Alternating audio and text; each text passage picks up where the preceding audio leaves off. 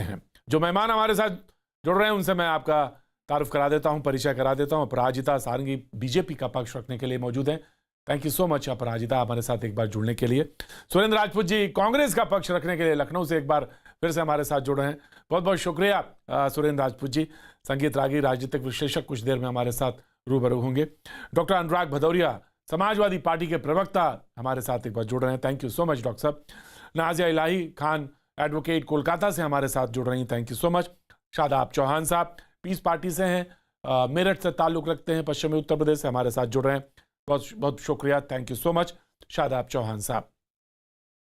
निश्चित तौर से सुरेंद्र राजपूत जी की तरफ जाना चाहिए सवाल, और जो सवाल इस समय बीजेपी के वरिष्ठ नेता पूछ रहे हैं आपसे कि आंसू निकल रहे हैं या नहीं, उस पर जवाब आपका। आप सुरेंद्र राजपूत।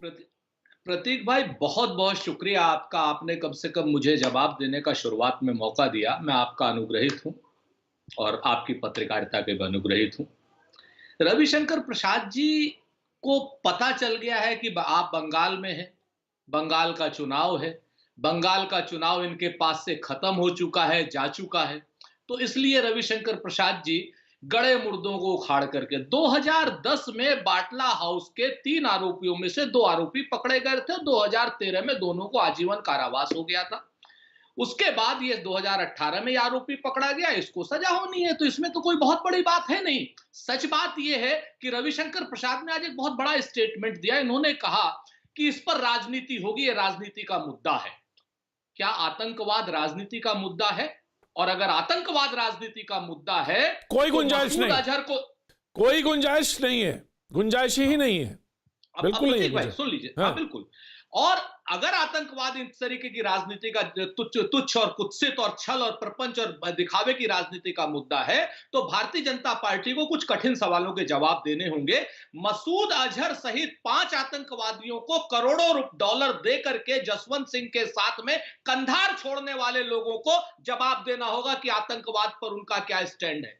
हमने तो अफजल गुरु को भी फांसी दी, हमने तो कसाब को भी फांसी दी, हमने तो आतंक के हर मॉड्यूल को फांसी दी है और हर मॉड्यूल को सजा दी है आपके सामने।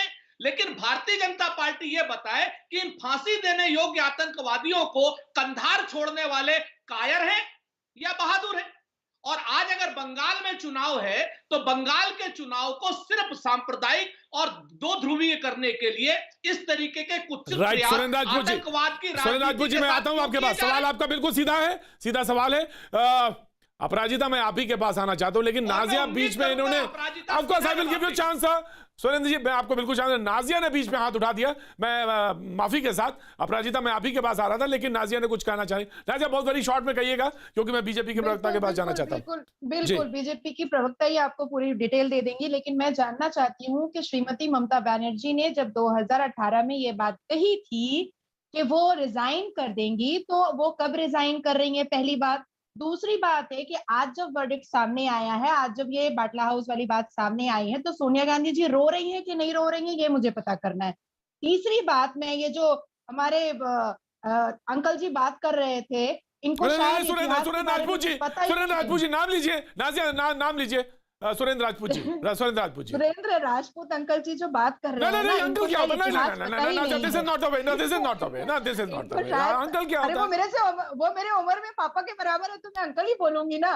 तो इनको शायद इतिहास बाबा के बराबर है, आप हमें दादाजी बोलिए, कोई दिक्कत नहीं। नाजिया जी आप हमारी पोती जैसी हैं।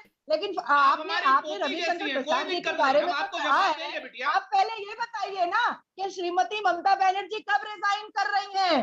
उन्होंने कहा था कि अगर ये एनकाउंटर ट्रू है तो हम रिजाइन कर देंगे, हम पॉलिटिक्स से क्विट कर लेंगे। तो मुझे बताइए कि कब क्विट करेंगे। दूसरा सवाल है मेरा आपसे अंकल जी कि सोनिया गांधी जी आज ये बात ठीक नहीं है नाजिया, ये ठीक नहीं है। अंकल जी क्यों कह रही हैं आप?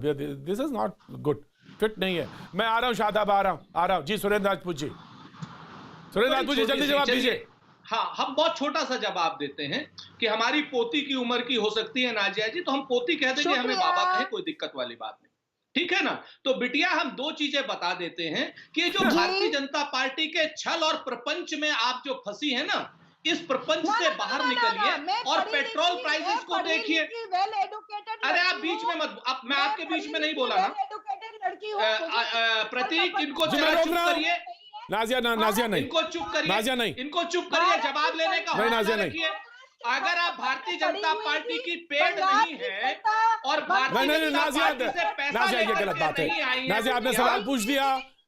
अगर नाजिया आप भारतीय जनता पार्टी की पेड़ नहीं है और भारतीय जनता पार्टी से पैसा लेकर के नहीं आई है, तो सवाल का जवाब सुन लीजिए। आप सच बात यह है कि आप पेट्रोल के प्राइसेस पर बात करिए अगर हिम्मत हो तो, आप किसानों की समस्या पर बात कीजिए अगर हिम्मत हो तो, अगर आपकी हिम्मत हो मैं ऐसे डिबेट तो नहीं बंगाल होती। के नहीं चुनाव नहीं के असली मुद्दों पर बेरोजगारी पर बात कीजिए, अगर आपको रोजगार मिल गया हो तो अच्छी बात है। भाजपा ने अगर आपको रोजगार दे दिया हो तो ये बेहतर है। का हिसाब आप मत रखिए, मेरे पैसे का हिसाब आप मत रखिए। पैसा नाजिया नाजिया प्लीज, नाजिया नाजिया कांग्रेस की सरकार ने किया, नाजिया, पूरे नाजिया। भारत की जनता को बेवकूफ बनाया।